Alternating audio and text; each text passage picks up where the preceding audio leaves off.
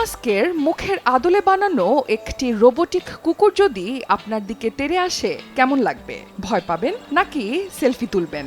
বার্লিনের নিউই national গ্যালারিতে গেলে কিন্তু ঠিক এমন অভিজ্ঞতাই হচ্ছে। মার্কিন ডিজিটাল শিল্পী মাইক উইঙ্কেলম্যানের তৈরি রেগুলার অ্যানিমেলস নামের এক অদ্ভুত ও মজার প্রদর্শনী দেখতে এখন মানুষের ঢল নেমেছে, যেখানে মেঝেময় ঘুরে বেড়াচ্ছে ইলন মাস্ক, পাবলো পিকাসো, অ্যামাজনের প্রতিষ্ঠাতা জেফ বেসোজ, মেটার সিইও মার্ক জাকারবার্গ, শিল্পী অ্যান্ডি ওয়ারহল, উত্তর কোরিয়ার নেতা কিম জং উনের মতো প্রযুক্তি বিলিয়নিয়ার, বিশ্বনেতা আর শিল্পীদের মুখ লাগানো কিছু রোবোটিক কুকুর।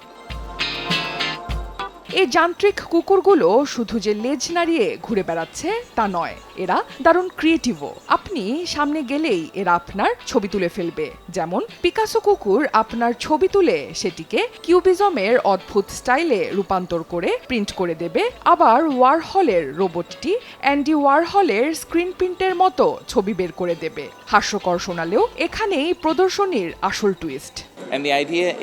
পিকাসো যেভাবে ছবি আঁকতেন তা আমাদের বিশ্বকে দেখার দৃষ্টিভঙ্গি বদলে দিয়েছিল, কিন্তু এখন আমাদের বিশ্বকে দেখার দৃষ্টিভঙ্গি সেই সব প্রযুক্তি বিলিয়নারদের দ্বারা প্রভাবিত হচ্ছে, যারা অ্যালগোরিদম নিয়ন্ত্রণ করে এবং ঠিক করে দেয় যে আমরা কি দেখব আর কি দেখব না। ফলে এখানে এক ধরনের বড় পরিবর্তন এসেছে যা অনেক মানুষ এখনো পুরোপুরি উপলব্ধি করতে পারেনি, আর আমরা এখানে সেটাই তুলে ধরতে চেয়েছি।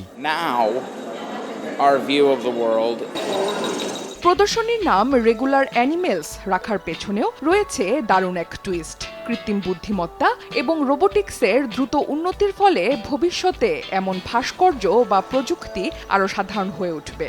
আজ যা আমাদের কাছে অদ্ভুত বা অস্বাভাবিক মনে হচ্ছে, কাল তা আমাদের দৈনন্দিন জীবনের অংশ হয়ে যাবে। তবে এই মজার কাণ্ড দেখে হাসতে হাসতে দর্শকরা যখন বাড়ি ফিরছেন, তখন তাদের মাথায় ঘুরপাক খাচ্ছে এক গভীর প্রশ্ন: আচ্ছা, আমার ডেটা নিরাপদ তো? দর্শকরা প্রথমে ভাবছে, আহা কি সুন্দর, কুকুরটা আমার ছবি তুলছে, আর পরক্ষণেই ভুরু কুঁচকে ভাবছে, আচ্ছা ওরা তো আমার ছবি তুলছে। এই ছবিগুলো আসলে যাচ্ছে কোথায়? রোবটগুলোর ওপর ওই মুখগুলো কেন দেওয়া হয়েছে? এগুলোর মানে কি? এর প্রভাব কতটা? আমাদের অনেকেরই সন্তান রয়েছে এবং আমরা জানি যে ইন্টারনেট এবং সোশ্যাল মিডিয়া কতটা বড় ভূমিকা পালন করে। এর আসল বিপদগুলো কি, আর এর ভালো দিকগুলোই বা কি? এই প্রশ্নটি ডিজিটাল যুগে আমাদের ব্যক্তিগত গোপনীয়তা ও নজরদারির দিকেই ইঙ্গিত করে। জাদুঘরটি কেবল শিল্প প্রদর্শনের জায়গা নয়, বরং এআই এবং এর সামাজিক প্রভাব নিয়ে সাধারণ মানুষের ভাবার একটি গুরুত্বপূর্ণ মঞ্চে পরিণত হয়েছে।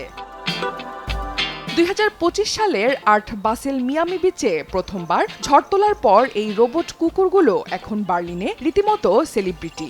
সুতরাং আপনি যদি দেখতে চান কিভাবে মার্ক জাকারবার্গ বা এলন মাস্কের মুখায়ব পরা কুকুর আপনার ব্যক্তিগত মুহূর্ত ফ্রেমবন্দি করছে, তবে এই প্রদর্শনী আপনার জন্যই। এটি যেমন হাসাবে, ঠিক তেমনি শিল্প ও প্রযুক্তির ভবিষ্যৎ নিয়ে একটু সিরিয়াসলি ভাবতেও বাধ্য করবে।